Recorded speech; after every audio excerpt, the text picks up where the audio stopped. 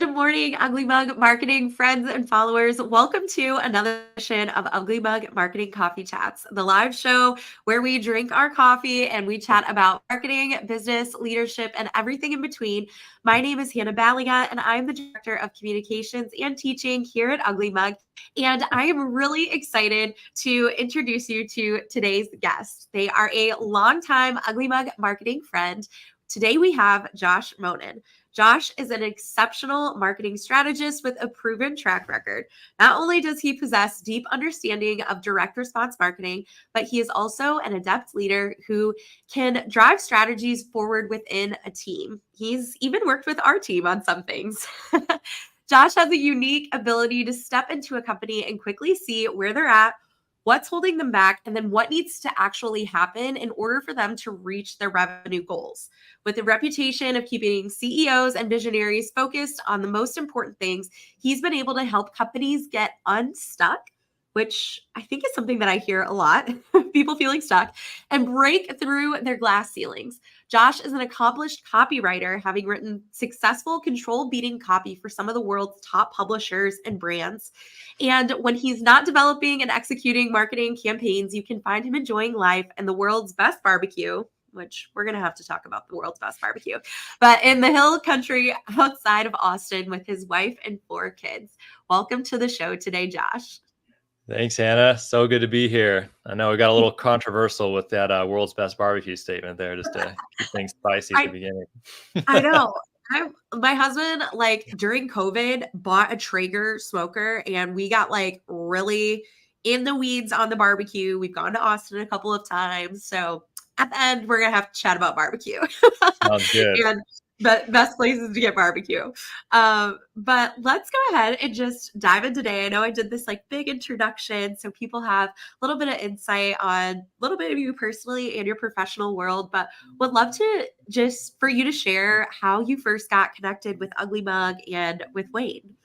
Yeah, it's great. I was reflecting on it right before our call, and I was like, man, when was that? I'm not the best with time. I had to go look up my notes and stuff, and I think it was like 2015. I was like, no, it hasn't been that long, has it? But yeah, it's almost 10 years. I met I was a copywriter at a time, and we had a mutual client, and Wow. Wayne, of course, is doing like the website and marketing things through Ugly Mug, and I was just a contracted copywriter with this particular client. But Yeah. you meet a lot of people in business, right, in life, and some people just really stand out to you. And from the moment I first started working with Wayne, I was like, oh, I know, I want to stay connected with this guy. Like he's Yeah. good guy, but not just that. I mean, he pursued excellence in everything he did on that project. And some people, you just get that little nudge. You're like, make sure to really stay in touch, with this person. And thankfully, we have over the years. And yeah, we've stayed in touch with the team, and I've had the honor of working with you guys on things, and flying out there, a couple times. And yeah, I'm just thankful for the long time kind of relationship I've had with Wayne and the whole team over at Ugly Mug. Yeah. Yeah. The feeling is mutual. So, for those of you who are tuning in, whether you're watching live or catching the replay, Josh has actually spoken at our Ugly Mug Marketing Summit, our in person events that we've hosted. I think you've spoken twice at that event. I think so. I'm bad Yeah. with like details, but I I know. think I'm I like think it was. details and timelines. Yeah, not always not always my best either. But yeah, I think it's been twice now. Really talking about sales funnels, which is what I would love for our conversation to be about today. Because I know that this has really been an area of expertise for you. I know it's mostly been copywriting was kind of like your initial start, right? And then it seems like it kind of developed into sales funnels. Has that been the case? Yeah, exactly. Yeah, I when I quit my day job, I was an insurance agent 13 years ago, and got out of the kind of the corporate world and wanted to do my own thing. And I got into just copywriting specifically, and so I was working with clients like the one I met when I met Wayne, and Yeah. really just focus on the messaging and the sales copy, and did that for many years, and then started evolving more into like the marketing side, and looking like, okay, where are all these words going anyways, and seeing it Yeah. in context of the automations and the funnels and kind of the bigger picture landscape of how you bring someone from not knowing anything about a company to, oh, got your interest, and then walking them through that process and bringing them to that point of sale. And so started migrating more towards doing consulting and funnel strategies and things like that. But I've always have a deep respect and yeah, I guess knowledge and experience in the messaging in particular too. Yeah, I love that. So for someone who's tuning in to our conversation today and they're like, okay, but what is a sales funnel? Because some people might view that as a little bit of just like a buzzword in any given industry, right?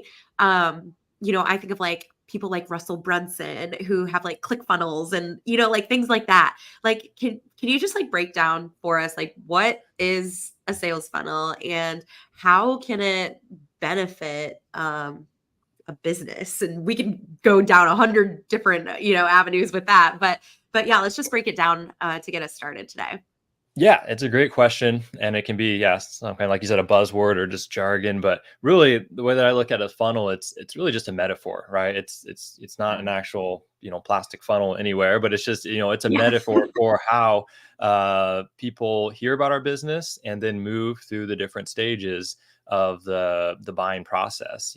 So it's really what a funnel is. I like the funnel metaphor because it's easy to understand. You got the top of the funnel where it's the widest, and that's where people are learning about you, and there's awareness and things like that. Yeah. That's like branding, and they check out your website. And then you got the middle of the funnel where it's the consideration stage, and now they're like, okay, they're considering maybe working with you, so they're at a different level of awareness. And then at the Yeah. narrow part, we have the buying stage. Like, okay, I'm ready to make a buying decision. Maybe they're evaluating you versus your competitors and things like that. So the actual funnel word, it's really just a metaphor. And of course, there's all these different components. And you mentioned click funnels, which has made a lot of people associate funnels now with like that software or something like that. And I love click funnels and Russell Brunson stuff, but it is more than any particular software, right? It really is Yeah. bigger picture, is what I just mentioned, those different stages of awareness that people travel through as they hopefully become customers of yours. Yeah. So this can benefit any business because all of us are ultimately, as business owners, whether we're in the B2B space or in the B2C space, we want to get a bunch of these people who have no idea who we are, what our product is, what our service is, but that they need it, right? Like we want to generate that awareness with our target audience, and we want to move them into that consideration phase. I like these different kind of sections that you broke down of the funnel too, of just general awareness and branding. And a piece of that too initially is probably messaging, making sure that we have the right messaging to that target audience, but then helping them navigate to that consideration stage. They're thinking about becoming a customer of ours. They're aware of who we are. They remember us and our name and our brand, our product, our service. Uh, and then ultimately, converting them there at the end of that process. So I really like how you broke that down there. When we're thinking in terms of revenue generated from sales funnels, I know you have a ton of experience being a part of building some of these funnels, and I'm just curious, what is the most amount of revenue that has been generated from a sales funnel that you've been a part of or that you've developed from start to finish? Yeah, sure. That's the fun part, right? That's why these are exciting, because they're money makers for businesses when you get them right. Because it Yeah, can be a lot of work to assemble these. So it's good to know that, hey, what's the payoff for these things? yeah, And so there is the funnel that has generated the most revenue as far as like a single funnel that I've helped construct and oversee, was in the financial education space. And I was just looking well, at the exact numbers, so I don't get them wrong here. But in the span of 18 months, this particular funnel, we generated 146,000 leads, 146,635 to be exact, and wow, then 15,000 buyers. So those were people that spent at least $7, because it was a funnel where it started with a very low ticket purchase, and then we had yeah, upsells in that funnel. So we had at least out of those leads 15,000 that pull out the credit card and at least spent $7 with this client. But then because of all the upsells and everything, it generated $2.3 million in revenue, wow, again, in just 18 months, and with less than a 10% refund rate. And I mentioned that because, sometimes in the marketing space, you can have very hypey type of funnels and messaging, but then, Yeah. refund rates can be 20, 30, 40%. And so you're losing a lot of people right out of the funnel. You got holes in your funnel. So we were Yeah. proud of that metric too, that, yeah, we had some refunds, but it was, less than 10% out of that 2.3 million generated. So yeah, that was the most successful single funnel. And it's went on and made more than that even, but that was just in that Yeah. 18-month span. Wow. That's fascinating. So 113,000, over 113,000 leads. And then how Yeah, many did you say? 146. Yeah, Or 146. 146. Sorry, I don't Yeah. know where I got 113. Okay, and then how many of those converted into the $7 opt-in? 15,089 converted into, yeah, the $7 purchase. Yeah. Yeah. Wow. That's fascinating. But a huge testament of how many people that you need kind of in that initial phase before they actually convert to, right? Like, opting in. I guess give us a picture of kind of what the funnel looked like. Was it initial like free opt-in to generate those first, 140 so thousand leads, or what was the process that they were kind of going through? Yeah, yeah. The process, and I can just kind of walk you through it. I might have a screenshot if I can share my screen if that's helpful. If not, I can just kind of walk you through it verbally here. Oh, I do have a screenshot right here. Is it good to share the screen on this thing, or should I just talk it through? You can share. If it gives you the present button down at the bottom, you should be able to. If not, we can Let's just see. talk through it. Yeah, I'll talk through if this doesn't work. Let me just take 10 seconds to see if this works. Share screen, accept. Okay, share screen, window. Here we go. Yeah, I think this should work. Just let me know if you can see that. Yeah, we got it. Cool. Cool. So yeah, this will help. Sorry, it's a little blurry. But basically how this funnel worked is on the left-hand side, we had traffic. So we were spending a lot of money on paid ads. And so people coming from like paid Facebook ads and Google ads Mhm. and YouTube ads and things like that. Sometimes we were paying to send emails out to other people's lists. So list rentals, we call those. Yeah. Um, and they would go out and then they would come to an opt-in page. And then that page would be, hey, here's a free report. Right. So like, okay, cool. It's just free. Just give us your email. Okay. You get the free report. And then it's like, oh, thanks for downloading whatever the opt-in was. We had 3 different ones we were testing out. They all led to the same thank you page with a short VSL, a video sales letter, saying, hey, if you like this, you might be interested in this, and it's $7 at the end of that video. Okay, that's not bad. Only $7. So a certain percentage of people would buy that. And then we just had subsequent upsells after that. So after that, $7 purchase, we send them another video. Oh, great. That's awesome. You're going to love that. You might like this. And it's a $47 offer. Some Mhm. people, a certain percentage watch that, and a certain percentage of those, buy. Again, after that, we send them another one, which can seem kind of crazy, I know. But we send them another video. Hey, you like this? You might like this. And that was 197 price point. And then Wow. finally, we're not done yet, but we didn't send them another video. We just said, okay, now we're going to invite you to a special VIP webinar. And so we try to get them to register for a webinar. That webinar was an hour-long webinar, and that actually sold a $2,000 product, and it was $1997 to be exact. So the price Wow. points, went free, $7, $47, $197, and then $1997. Yeah. And so this is a more advanced, robust funnel. And so a lot of people watching will be like, well, that seems like a lot of work. It is a lot of work, but it also Yeah. produced over $2 million. But you don't have to start here, right? This is like No. building the Ferrari, the race car, right? Like you can start with very simple components of, hey, maybe you are doing an opt-in and maybe you don't yet have a low ticket purchase on that thank you page. That's a great place to start, So, but that's to answer your question. That's how we flowed through that funnel.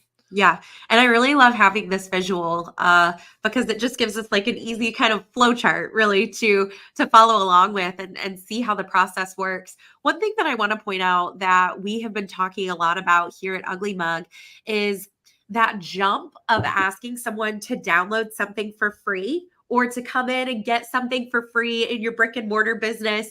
But then the next step after that is for them to make this giant purchase. And one thing that I really like that I feel like this funnel demonstrates is that, yes, we're giving them something free, and they're receiving that, right? They're downloading the free PDF or whatever it may be, but then we're asking them to make a purchase. But in this example, it was a very low ticket, probably very low risk purchase for $7. Ultimately, they were going to, if they made it all the way to the end, that's when they were going to get sold that big $2,000 ticket item. But we can't go from free all the way to $2,000 initially, it seems, right? So, can you talk about the strategy behind going from $7 to $2,000? Like, how did you guys land there? Yeah, good question. And even to back up before that, because you hit on a really good point, going from a free person who is just a lead who just hasn't given your company any money to even to a point where they're spending something. I mean, that's a huge jump, right? That person is Yeah. now a buyer instead of just a free person. We love leads and whoever wants to be interested in our company, of course, we're not going to, stop them. But there is a big difference between a list of buyers and a list of just leads. Because Mhm. they have proven that they're willing to spend some amount of money with your company. Yes. And so they are already in a different category and should be treated, as such. So that's the name of the game, is increasing that list of buyers, even if they're low ticket, because then you have opportunity to get them down the road to that higher ticket purchase. And like you said, they need to kind of test the waters a little bit. Some of these people only got the $7 thing, but they now got on the email list, and so even if they didn't buy the 1997 thing that first week, maybe month 2, month 3, month 6, month 7, they'll have an Yeah. opportunity to purchase that. And now they've had a chance to consume the material and find out what we're all about. And now they trust us more. We're not this Yep. scam. We're not this crazy. People don't know these days, So it's like, okay, you've delivered on your promises. Wow, and I only paid $7. Imagine what you'd get if you spent $2,000 with this company. If they've already Yeah. been over delivered on, and they got maybe, $300 worth of value for $7, what would $2,000 worth? So yeah, it is in stages, just like any kind of relationship, right? Like you meet someone, Yeah. you open up, you tell a little bit about yourself, but you're probably not going to like really open up, like there's a Yeah. natural progression in any kind of relationship, friendships, but even in business relationships where people are customers, like there needs to be a little bit of natural progression there, and that's what the funnels allow you to do. Yeah. I think the other thing this slightly touches on too, and I love that you said natural progression, because that's one thing that Wayne writes a lot about in his book. For those of you who don't know, Wayne, the owner of Ugly Bug Marketing, he has a phenomenal book, which I will put in the comment section. But in the book, he talks about the natural progression, and he talks about taking people from strangers, which is that kind of initial awareness, right? And turning them into friends. So that might be considered the consideration stage, right? They know about us, they like us, but they haven't yet trusted us with their financial resources to make this purchase, right? But then ultimately, we take people from that friend zone and we turn them into a customer. And then from there, I think that's when they really become. A lot of people think that the journey ends there, like they made this one time purchase.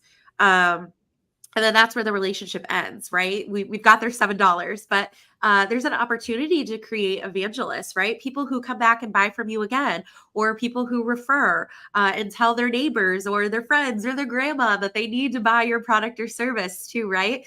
And so I'd imagine that as people are converting and getting that $7, item, whatever it may be, like you mentioned, that because they had a good experience or because that, $7 product or service worked for them, that now they want to go and they want to spend more money. And that's also really crucial too. Like that buyer experience that they've had, whether they're getting the free thing or making that $7 purchase, like that entire journey and experience throughout that is also marketing, is also a part of the funnel and what is going to get them to that next step too, right? That's so good. Yeah, exactly. Yeah. Yeah, and I would reiterate, whoever hasn't read Wayne's book yet, you got to add that to your reading list because he articulates all this so well in there. And yeah, just like you said, just that natural progression. But like you said, it doesn't end at that. Like even the funnel I showed you right there, that's to maximize kind of the value on the front end. Like when people are just coming Yeah. in the door. But then what do you do? Once they made that purchase, like you said, how can they make repeat purchases or become evangelists for your company? And they're telling everybody about you. I mean, you guys do this so well. I mean, I've told so many people about Ugly Mug just because of the different touch points I've had, just even in our relationship. The time I'll always remember being in the hospital with my little one, 6 years ago. He had to go through surgery at a young age, and we got a care package, in the hospital Yeah. room from Ugly Mug, and like that stuff like that. It's like, wow, no other web, marketing agencies aren't doing that, so you can really Yeah. set yourself apart by really caring about people. I mean, what's really comes down to, right? How do you care about Yeah. people, and how do you deliver, of course, whatever your product or service is with excellence? But then think a little bit more, man, what could be something else in this funnel that would make an impact in someone's life? And it doesn't all have to be automated through ClickFunnels, right? It could be, Yeah. like what you guys did. That was a manual, touch point. But it's also part of the experience of being in the relationship with that company or that person. So yeah, it's really good. Yeah. So let's kind of take a maybe a step further or could be a step back, but your background is traditionally copywriting. Like that's kind of how you first got started into like the sales funnel stuff is in copywriting. So how important is our messaging and our language in the midst of this entire funnel when we're thinking about that example all the way to like the ads driving the traffic? Like how does copywriting intersect with building a successful sales funnel? Yeah, great question. What I love about copy and why I went so deep in it for so many years is because, I mean, I have a tendency to jump around like any typical entrepreneur. And, you said in my bio, I help other CEOs stay focused and on track. I just sometimes, need to apply the same pressure to myself because I can, get shiny object syndrome just like anyone else. Yeah. The story that I told myself to continue to persuade myself to stay focused on copy for so long was that it touches on every area, so every area of the funnel, every area of a business. I know, like, hey, if I can get good at this and communicate things effectively, it's going to be useful no matter where I go in my career or business. And so with a funnel, yeah, words, they're all throughout. I mean, you're communicating at every step of the funnel from the point of that first initial ad maybe that they see. That's copy, right? And then they're going to go to a website or a landing page. There's copy. You're communicating something to them there. They're going to go on that thank you page and maybe see a video. Someone wrote that script, right? That's copy there. They're going to Yeah. get follow up emails. You're communicating things there. So at every step, there is communication. And what I love about copy is really salesmanship via the written word. So just like a really good salesperson can sell, in person or verbally or on Yep. Zoom. You can't do that at mass scale. It's just usually one-on-one or maybe one to, a few. But copy allows you to really leverage yourself in huge ways and scale. And so you're taking that ability to build rapport and share your backstory and overcome objections and present the benefits in the best possible way so that it resonates with the person. And really at the end of the day, what you're doing is you're just, when I think of writing, as your words are containers, right? They're containers of ideas. And I want to deliver an idea to you. I'm going to package it up in these things called language and words, and I'm going to ship it over to you and your brain and your mind. Hopefully it gets received. But then now that idea is in you, like that's the magic that happens when we're writing copy. And that's the deep kind of philosophical part, but really where it gets expressed is everything I mentioned, the emails, the scripts, the ads, and things like that. But Yeah. so yeah, I the love that you messaging mentioned is the all scripts throughout. because the script, like the even what they're saying and communicating and like the thank you video or the other, I honestly like wouldn't have even thought of that. Like I'm like, yeah, that should be something that is like written and intentionally thought out, not just like, randomly filmed on your iPhone and then plopped on that page. Like, yeah, we want to be intentional about how we're crafting that messaging. Um I think too, sometimes when we're thinking about these sales funnels, I think the tendency too, especially for someone who's watching this and maybe you're just getting started or you're a solopreneur, right? You can't hire someone out to do these things.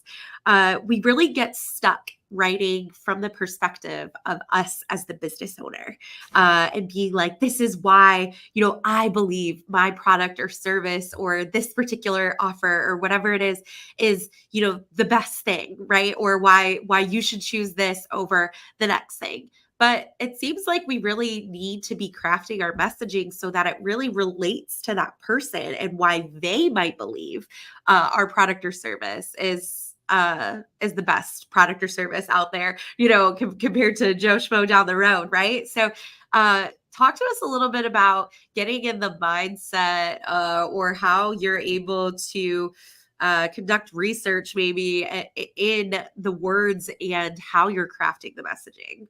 Yeah, great question. And you said that the magic word right there, research. So Yeah. I think that can alleviate a lot of the creative pressure, especially from people who are maybe struggling with that blank page syndrome. Like, what do I write? I got to write these emails, got to write these scripts. It's like, okay, well, just back up a little bit, take a deep breath. Maybe don't start just typing things out. Have you done your research? And Yeah. sometimes I think business owners assume I don't need to. It's my business. I already know. Yes, you probably do, but it doesn't hurt to just go back into what are people like, what are the words what are the questions they're actually asking and the way that they're asking it. And so you probably have that material already in your life. It could be emails that they send you, maybe customer service questions. Maybe if you have a social media presence, they're asking questions in the comments. If you've ever surveyed your customer base, which is a good idea to do if you haven't, ask them a few questions. Don't make it complicated, but just ask them. They'll tell Yeah. you. And as long as you have ears to hear, you're listening, they'll feed you the answers, which is why research is so critical. All the best ideas that I've had, I can't say I just like, oh, I love coffee, but I didn't just drink the right coffee and get in the right zone. It's just, no, it was actually just rolling up my sleeves, digging in, and then I'll stumble upon something. I'm like, oh, there wasn't this Amazon review, or is this, comment Yeah. here, or this thing, or I'll get a transcript of a sales conversation and the customer or the prospect said something I would have never thought. And the CEO never told me when I was asking, and it's like the answers are locked up in your audience already, and they are talking. You just got to listen to what they're saying. And then you organize your research, and then you go back to that blank page and you're like, now you got ammunition. Now you just got to choose, Yeah. interesting. I got a few different angles. I'm going to talk about the price objection or the time objection, or they think it's complicated. Oh, it's not complicated. We have a 5-step process. Well, did they know about your 5-step process? No. Well, there you go. That's what you need to write about, because they think it's Yeah. complicated. You have the answer, but it was never communicated. So research really is the key there. Yeah, I love that you mentioned, oh, they said this in this Amazon review, because that's one of the places that I like to go when I am having, Oh yeah. some level of writer's block for some clients. I'm like, okay, but is there a book about this that people are reading, but they're still complaining that they need the answer to whatever my client might be able to provide, or I'll sometimes go and look at competitors and I'll go on their Google reviews and I'll say, okay, what are things that the customers are raving about with this particular company? Like, what is it that they really appreciate and value? Or the good reviews for my clients and customers too. What are the things that we can continue to harp on and build up on? But what are the things that people are complaining about? Mm. That maybe we actually do really well, but they're complaining about with our competitors, right? Or other people in the industry in a completely different market, and being able to use that language, like you said, immediately, I feel like it just makes people feel seen. They're like, that's exactly how I feel. That's exactly, the problem that I'm having or the struggle that I'm facing, that this product or service is going to be the answer to. And I just remember Wayne, like, a long time ago on my very first day at Ugly Mug, I was working on a strategy for a client and I was kind of hitting this writer's block. And Wade was like, do you know what the secret to copywriting is, Hannah? And I was like, no, like, just tell me what it is, please, so I can get through this writer's block. And he was like, getting someone to agree to read the next line.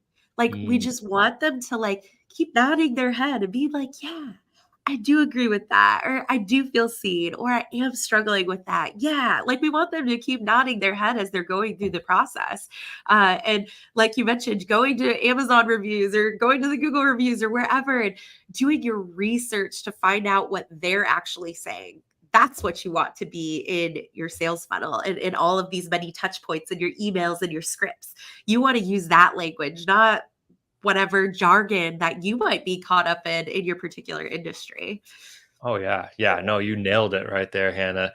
And what you said too about like what are they annoyed at? What are their frustrations too? So it's not just like what are they interested in? Like, yes, articulate your benefits well, but if you can be the one who explains their own problem to them better than they've ever even explained it to themselves, like you've given them language, then I mean we've all experienced that, and we go, oh Yeah. yeah, this person gets it, whether it's a speaker or a writer, you're just like, okay, Yeah. like, and you love it because now you have language for the thing that you're dealing with, and that person gets you, right? Like you said, Yeah. the word you feel seen. You're like, oh, they know what it's like to be this type of person, or they just know what it's like to be, a parent or, a business owner or working in a high stress marketing role, whatever it is, like you get it. And then that person just trusts you more. Like, okay, this person knows me and my world. What else do they have to say about the solution? Because you understand, I know they understand my problem. Now they've gained trust. I'll entertain whatever their proposed solution is. Yeah. Yeah. Love that. All right. I know we're coming up on the end of our time here. We've touched on so much goodness.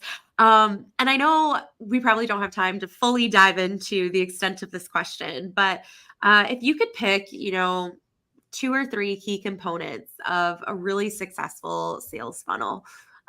It could be like little detail things or maybe more big picture. But what would you say are like three really key components of a successful sales funnel? I feel like copy is probably one of them. Like having that key and right messaging for our audience, like we were just talking about. But what would be some of those other key areas? Yeah, copy, the messaging is huge. I would also say like the I'll call it the blueprint is big too, and that's a often overlooked step. Is before you even get into the copy or the mechanics of it or the software, put all that aside and decide like what is the actual goal here. Like if you're gonna go build a Yeah. house, you don't just start, well, give me some lumber and let's get some concrete. Let's just get to work. It's like you're gonna end up with a mess, right? And so Yeah. you really need to pause and to take some patience because it gets so exciting once you got that new ClickFunnels or Entreport account, or you find someone who maybe can write some copy if it's not you, and you just want to, start taking action. And there's a lot to be said for that. But actually map it out. Take some time to map it out. It could be just by hand. You could use some cool tools like a Miro board, or I use something called Funnelytics. It doesn't have to be something that sophisticated. It could just be paper and pen, and map out how you want people to flow through that funnel. So Yeah. that's a component. You already hit on the copy and the messaging, but also, just thinking through like, yeah, just really how people are going to flow through that funnel, and what are you trying to accomplish with each step. So even like, for example, like email. So instead of just writing the email, what I like to do is say, what's the objective of this email? What do you want them to do? Maybe it's you want them to click through somewhere, or maybe you just really want them to, you want to convey a specific idea, but start thinking of outcomes you want for different steps of the funnel, I think is Mm. another big part of that. Yeah. So it's not just like the goal for the funnel overall. We want to generate X amount of revenue. It's what is the objective for each key step that's going to actually help them move through. That's so good because I think it's easy to think about the big picture sometimes. Like, hey, I ultimately want to help, 10x my business, or I want to increase revenue by this much, or I want to generate this amount of money. But each one of those components of it, every email or landing page or whatever, it's like, what do we actually want them to do? What action do we want them to take? And that could be something probably that's really helpful to go back and look at after you've already written the email. Hey, okay, is this in alignment with that key objective or that action that I actually want them to take? Is this accomplishing that? If not, maybe I need to go back and kind of rework a little bit too. Exactly. Yeah. Yeah. I love that. Well, we have covered a wide gamut of things today. We've dove into copywriting. We kind of talked about what a sales funnel is. And Josh clarified it is not, in fact, an actual funnel. It's just this idea, Sorry. it's this metaphor for just how people move into and through our business, right? Going from that awareness stage that Josh mentioned into the consideration phase of, hey, we know this brand, we're thinking about maybe purchasing a product or service from this business, to actually converting into a customer. And we noted how the journey doesn't end there. And that funnel that Josh shared with us on the screen there momentarily was talking about all of these upsells and how we can get them to purchase more, right? And or how we can ultimately turn them into an evangelist for our business too, someone that leaves a review and tells their friends or refers folks to our company too. The journey doesn't end just with that $7 purchase. In that example from Josh, it continues on from there. Josh shared with us how he built and helped manage a funnel that generated, what was it, 2.3 million and counting, which is absolutely remarkable, which hopefully just proves to you Josh's expertise and wisdom that he brings to the table when you get the opportunity to work with him.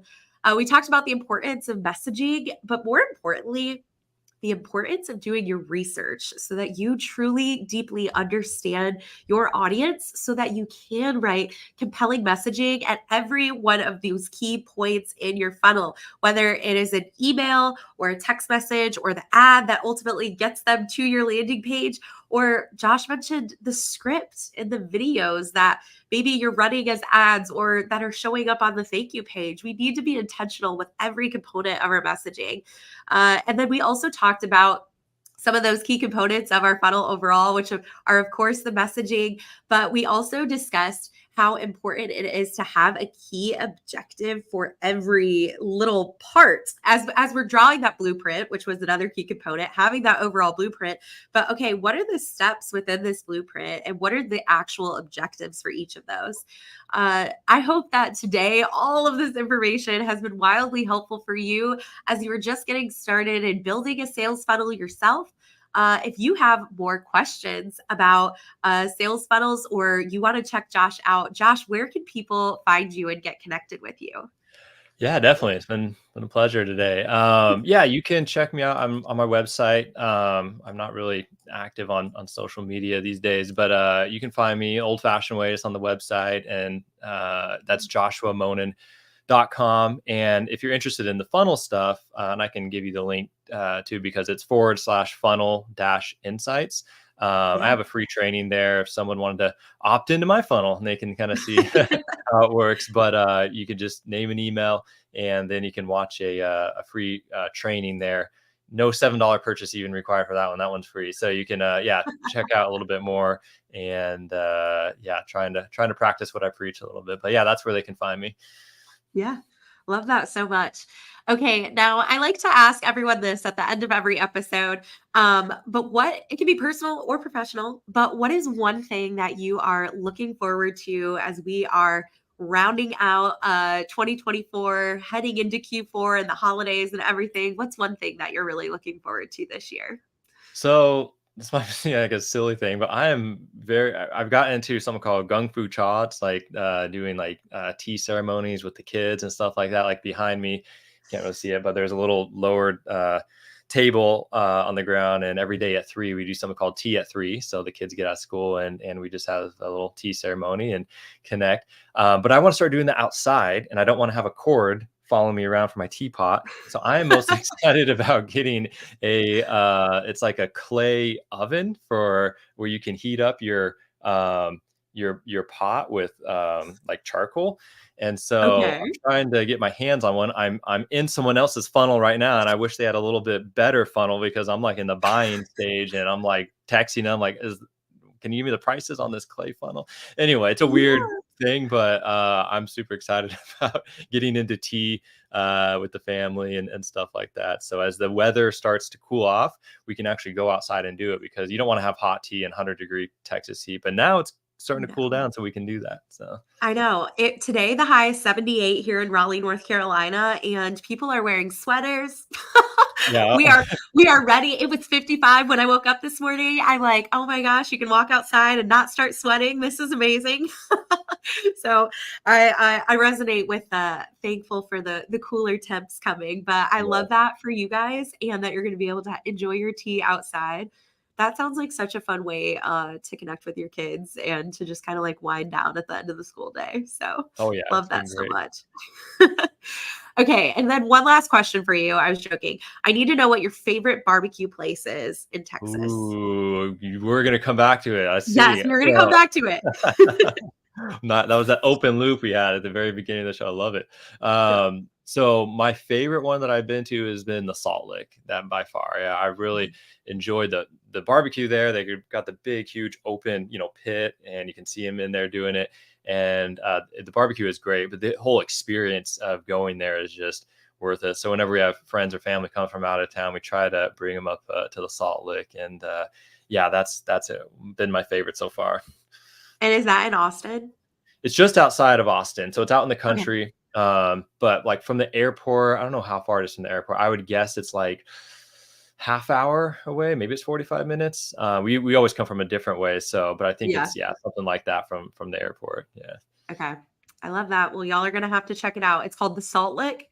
the Salt Lake. Yep. You Salt got to Lick. go to the Okay. original one. I mean, there's like one in the airport, not that one, but you got to go to the one that's out in the country. The one that they just started accepting like credit card payments like last year. Before that it was all cash. They're old school, but it's worth it. Yeah.